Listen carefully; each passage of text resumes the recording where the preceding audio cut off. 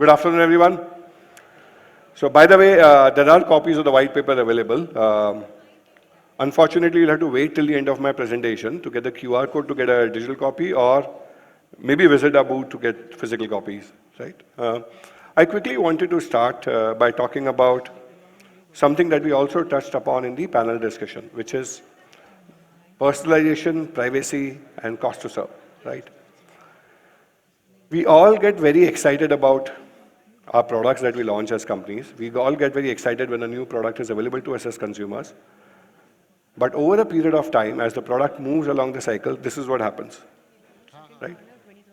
The multiple credit cards, and I'm using this as a specific example because I fly a lot and I was trying to find out if there's a credit card that would give me more benefits for flying, right?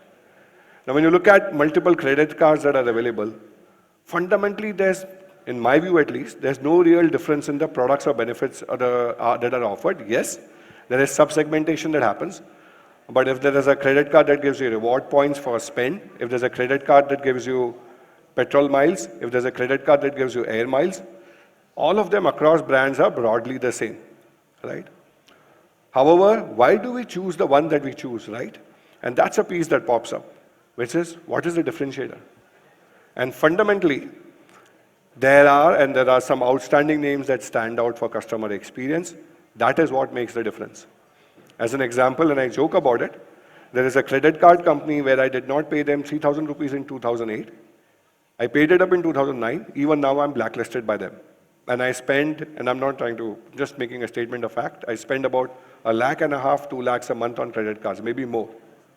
But they are not getting me get a credit card from them that I really wanted. Customer experience, right? They should have factored that in. So what is happening today? Is it really going to be product? Is it really going to be customer experience that will make a difference? And these are some data points, right? 88% of buyers will pay more if they're getting better customer experience. I, for example, buy online from a specific website, Amazon. I unfortunately don't buy from any other sites because I know that the customer experience I get from Amazon, even if the product is a little bit more expensive, is much better, right? I'm looking at the slides because I need to get the statistics right. I'm sure all of you can say that. But the core point is that today, it's about, when you take an insurance policy, for example, it's about what is going to be the claim record. How first am I going to get the policy is what matters more than anything else, right? So these are factors that come into play. When you look at what is really needed to deliver a great customer experience, right? It's a very, very difficult balancing act. It's about, are you going to get more revenues? Are you going to save more money? Is it about the risk that is associated with any product that is being offered? What is it fundamentally, right? So when you're trying to get a great CX, what really matters, right? Everyone says it's personalization. You want to improve the customer experience? Let's get personalization in. What does personalization entail? A lot of data, right? Whatever the consumer does on the internet, in social media, with the services that you're already providing, all of that information needs to get captured, right? And that's a lot of information we have, right? However, and there's a new monkey in town, right? It's been around, but it's now becoming more prominent, which is DPDP, privacy, consumer privacy. How do you strike the balance between personalization and privacy? When do you say, enough, this information is enough, and don't ask for more? Some of us may argue that in India, people are willing to give all their information for free services. However, when it starts impacting some things that matter, financial security, I'm sure people are not willing, right? The example I used earlier in the panel was about them asking me a lot of information, verifying my details, my monthly annual income, etc., did make me a little jittery. I had to ask them, are you really from the credit card company you're claiming to be? And they said, sir, you can call us back at this number, press this extension, and you'll be able to connect to me. And I actually did that.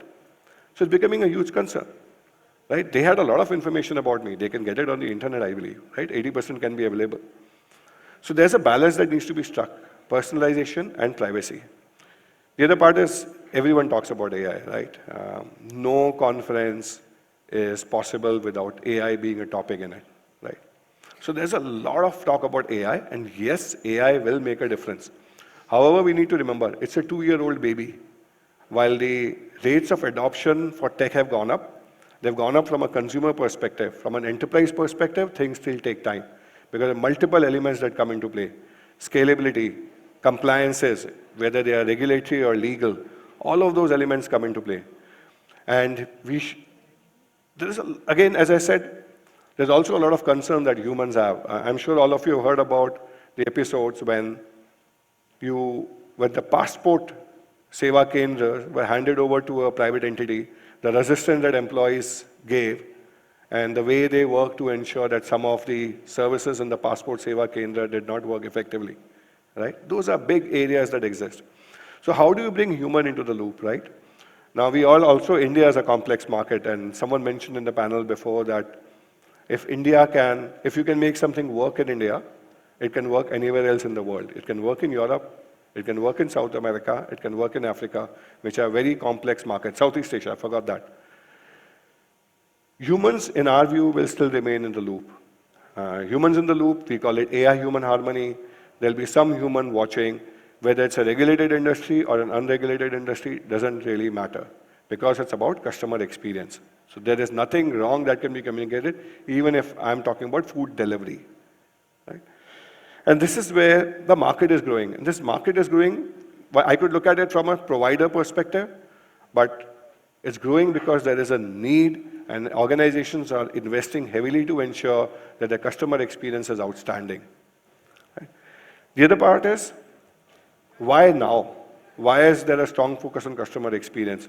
Yes, as I said early on, there are enough products, very difficult to differentiate purely on product or service merit. What is it that's going to change? So 3 things have happened. There's a contact center space, right, which is actually the storehouse of all customer engagement, right? The second piece is the communication platforms, right? These are now started to come together much better. Everyone talks about omni-channel versus multi-channel. These have actually started to come together. And AI actually helps to bring that much more effectively. So voice, can you do speech to text? Can you summarize that? Can you use that information to help an agent understand what the consumer wanted in the previous interactions and make their lives simpler? And that's where AI comes into play. All of these have started to come together. And these are what will deliver an outstanding customer experience, is our belief. Right? The other part is also around automation and cost to serve. Now there's also this piece. Automation is there. Everyone talks about automation. But there's a cost associated with automating. And there's an even bigger cost when you're talking about scale. How do you use that to bring down your cost to serve? This is a huge parameter that comes into play. With privacy being a very large focus area today, the actual cost required to implement some of the norms, and this is a cost across industries, not only for organizations in the tech stack, it's the telecom stack, it's the compliance stack. All of those become extremely complex. So these can actually come together a lot more effectively. These are some use cases and examples of what Exotel has been doing, and I did want to touch upon that. I'm a very firm believer of tech for the sake of tech has no meaning. It has to actually solve a business problem. Yes, we can appear more intelligent in front of our bosses if we use ChatGPT to spout some keywords. But the fact is, from a business perspective, it has to fundamentally make a difference, right? So we've been working very extensively with multiple clients, and our team's focus is clearly on saying, is this workable? And there have been cases where we walked away from clients and said, "Aap taiyar nahi hai, you're not ready for this. Please don't do it right now. It'll just screw up your ROI, even if the board is putting sufficient pressure on you. So please don't do this." So for an example, with a client, I don't want to name the industry, it's a very specific industry, but for a client which was on the marketplace, they were actually able to reduce customer churn by 18% just because they were very proactive. And they were proactive with the right information that they could go to the client with. It really made a huge difference, right? The other client that we have here is that they used a mix of humans and Gen AI-based chatbot and voice bots to gather a lot more information before the human came into play. And they were actually able to chop down their average handling time from about 4 minutes to about 3 minutes. So it went down by 30%. And that really made a huge difference because As the business grew, they did not need to add so many humans as needed to the business. So that made a huge difference. And of course, the piece that we do constantly, and we have multiple clients we work with, some of them in the public domain, is around customer retention. So if you can ensure that the customers believe that whatever is being communicated is going to remain private, it's going to remain secure, it makes a huge difference, right? So that's the third piece that we do. Again, how is it that AI can help drive this? A lot of predictive insights can be provided, and they can be done across languages, right? So AI, everyone says Hindi, English is 85, 90, 95% accuracy. The other languages are catching on very, very fast, right? And if you're getting that level of accuracy, you can actually use that to provide better actionable insights to the people who are actually engaging with those customers. It can also drive proactive engagement, and I'll use an example that we encountered in a meeting yesterday. We now know that a customer called, I ordered a pair of shoes. The shoes landed up. They were not the right size or not the right fit. I am calling up the call center saying, I want these shoes to be shipped back. It's an easy return normally, but I have to call back. Now the customer is calling back. Imagine the agent starts by saying, sir, what is this about? The engagement can be a lot more proactive. Sir, are you calling about the shoe that got delivered yesterday? Is there something we can do to make your experience better? Is that why you're calling? It makes a huge difference, right? And then, how do you personalize this? And this is an example I use again and again, but if you have a view on how the customer's been using your products, it's a lot easier for you to tailor your next level of communications much more effectively. An example I used the same credit card to pay my term insurance. I'm not sure if they could use that information, but when they called me, they knew that my term insurance spend is higher than what they were offering me. If they just used that, it could have made a huge impact. So that's where we're trying to strike the balance between saying, okay, we'll personalize it, we'll keep your privacy in mind. Maybe the credit card company kept my privacy in mind. They said, we don't have access to your statements. Normally they do. They'll bucketize into different categories and tell you. And we're trying to see how we drive automation to drive scale. Another example I wanted to touch upon, and this is something I'm extremely proud at what Exotel has been able to achieve. We do about 1 billion voice conversations every month, and we do about 1 billion digital conversations every month. And we do up to, I'm saying up to because we've done that in real life, up to 7 crore calls on a single API in a day. Right? So that's the level of scalability that Exotel has been able to achieve. And that reliability is something that really makes a huge difference when you're trying to engage with customers, and it's about customer experience, right? So thank you so much. You can scan the QR code. You should be able to get hold of the digital copy of the white paper. There are some copies that we printed out and we left on our desk. Our experience has been that, it disappeared. Can we bring up the QR code again, please?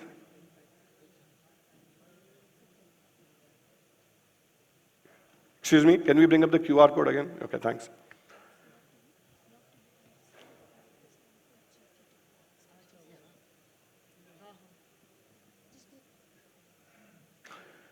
Please do visit us at our booth. There's a lot of use cases, case studies, real-life deployments that we've done with multiple organizations we serve that we can walk you through. I think they're struggling to, there it is.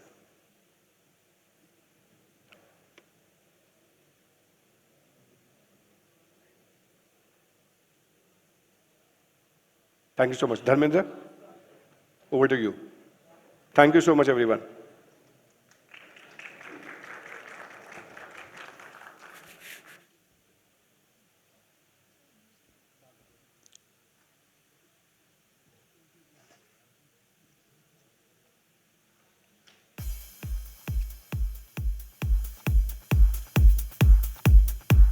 So, I'm Dharmender Jhamb, partner Grant Thornton, and we did this extensive research on customer experience as a service. So, what we did in this white paper was kind of demystified that how customer experience as a service is now the most talked about part of AI, and how AI is transforming this experience as a service.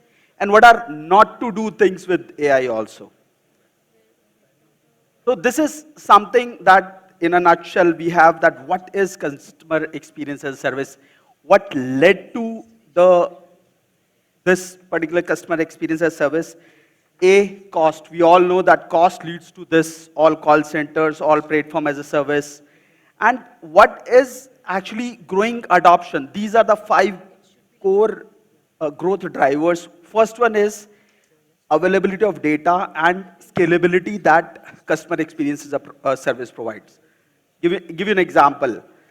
Today you have X amount of persons supporting you with a BPO or with a call-based services. Is it easy to scale 2x? Answer is no. You have to have efforts. But in customer experience as a service, you can scale up using cloud-based models. That is the growth-based driver. Advanced AI or LLM models which can help you understand the customer behavior and can help you grow fast. Third is that now if you see the customer experience is not only digital, it's omni-channel. So you have data about customer experience and you can give the customer experience with using the omni-channel experience. The fourth part, which is extremely important, that customer experience. You have now one customer buying things from Amazon, Flipkart, Myntra, XYZ. How to maintain the loyalty? It's important to understand the behavior, preference, personalize the experience up to the extent which is possible. So that's why experience as a service plays a role to improve the retention and the loyalty. Cost efficiency, fundamental. It is giving you cost efficiency to retain customer and have loyalty. That's why this is picking up prominently. As Angira told, I'll not repeat certain components. I just want you all to focus on this. These are the 3 components of customer experience service. Just focus in the white paper. This is customer experience as a service. And what are the 3 aspects? One is overall, as part of the omni-channel backbone, we have automatic quality monitoring. You monitor the quality of your conversation with the customers. Not only text, voice conversations. I give an example. One of the firm is monitoring the day before data of the voice conversation with the client and doing the sentimental analysis. I think that is the second thing. And we have chatbots. Every website now has a chatbot. Now it's time about doing the sentimental analysis, and next day you identify that this customer talked in a particular tone and used particular words. This is likely to churn. So call them to have them retained in the next day. So such experiences and such solutions are available. CPaaS, real-time communication, platform as a service. You have products which are integrated with your system to communicate customers in a more effective way. SMS, WhatsApp chat, or video, voice, any kind of like video KYC is one of the talked about, and RBI has regulated or permitted video KYC in 2022. So CCaaS has all these components, and where we have CPaaS, platform as a service, and conversational AI. All these AI tools, which are the third layer, which are becoming more visible in last 1 or 1.5 years, are these 2: voice bots, chat bots, and agent AI. Where you have agent who talk to Zomato, you can see agent who is talking to you in a text way, and highly customized, not like a automated version of FAQs. No, that is not what agent AI is. So I'll give you 10 findings of this report. If you're reading this report or this white paper, these are the top 10 findings. And I'll also highlight critical findings. One, which Angira told also, personalization and privacy paradox. Customers are hesitant to share information. In first phase, they'll prefer the privacy. They'll not like to get personalized information or likes to have personalized. Gradually, they gain trust on your platform. Then you can go deeper in the personalization. So it's a gradual journey with a customer which should be adopted in your platform. This is what surveys that we have analyzed and actually talk about this. And there are trends which are captured directly from the online customers. The fourth point, extremely impact on of the experience on the buying decision. The survey which says that 61% of the customers actually would like to come back if your experience is really good on that platform. And they'll not come back if it is not good. So customer experience plays a very important role in customer retention. Now, you have for one product, you have 10 platforms. Everybody lists their product on 10 platforms. So there are no exclusive products apart from your 1 or 2 number of e-commerce platform.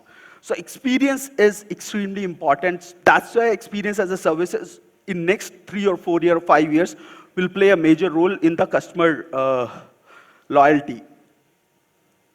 Now, in this white paper, if you go to page number 4 and 5, you'll find that we have analyzed 3 major sectors. One is BFSI, second e-commerce, and third as retail. BFSI, the number one problem or number one area that everybody is dealing with frauds. So how personalization can lead to the fraud reduction? We have analyzed that particular part, and there are numbers given that how in banks, in fintechs, they are adopting this experience as a service to reduce the number of frauds. Now, last slide. The particular area that we are, the 40% of the customers are ready to pay more. Everything cannot be personalized. There are some products which remain general, which will remain non-personal, but personalization leads to customer to pay more.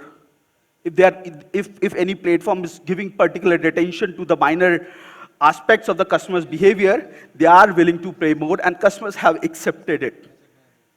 And the last thing which is really important at enhancing self-service resolution. If you see that many of the platforms give you only chatbot, there is no customer support. So such platforms are not appreciated by customers. Self-resolution has its limitation. There are customers who are not savvy to the self-resolution platform. So we cannot excessively use customer experience service or calling service or chatbot service. It should be augmented with the customer support. And we should analyze customer before offering them any chatbot or any agent AI, and should augment it with the personal support through the customer service agent. So this is a balance that we are required to maintain as per our analysis and research. So I think this is my time. I'd like to take some questions, any aspect that you think that should be important or anything. We have like 1 minute, 30 seconds. Yeah, please. You have mic? You can speak.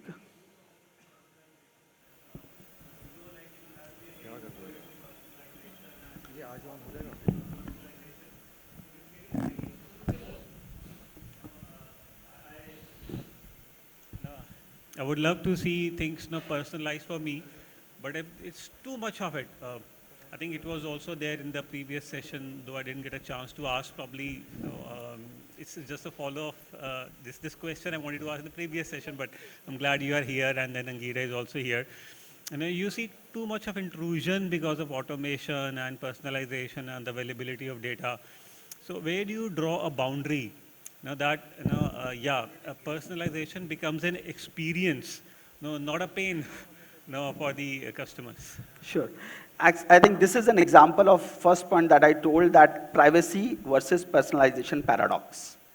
That up to what level personalization should happen so that it should not invade into the privacy. The answer to this, there is no kind of perfect answer. The answer or indicative answer is that you should take consent. You should take consent for customer, not a general consent, but fragmented consent for offering them services. Where if you see the DPDP rules, there cannot be yes or no for a platform. If a platform is offering 5 services, there should be consent for every service. So that you do not intrude. You take one service, you are offered 4 more services. So such consent, even the Government of India has come up with one framework of TCCCPR for calling and SMS for unsolicited, to avoid unsolicited commercial communication. there should be explicit OTP-based consent for sending any SMS or doing any call. That customer consent architecture is being built so that you do not invade into the customer privacy.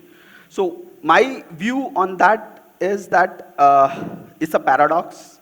You cannot invade too much until you have a consent. If you go by consent, it will help you. And consent should be gradual, not one consent for 10 services. Anybody else would like to have any, or you can go through the white paper. There we have our contact details in case you have any query or you would like to do any particular analysis on further onto this, you can reach out to me. My email address is there in the white paper. Thank you so much. I have my time.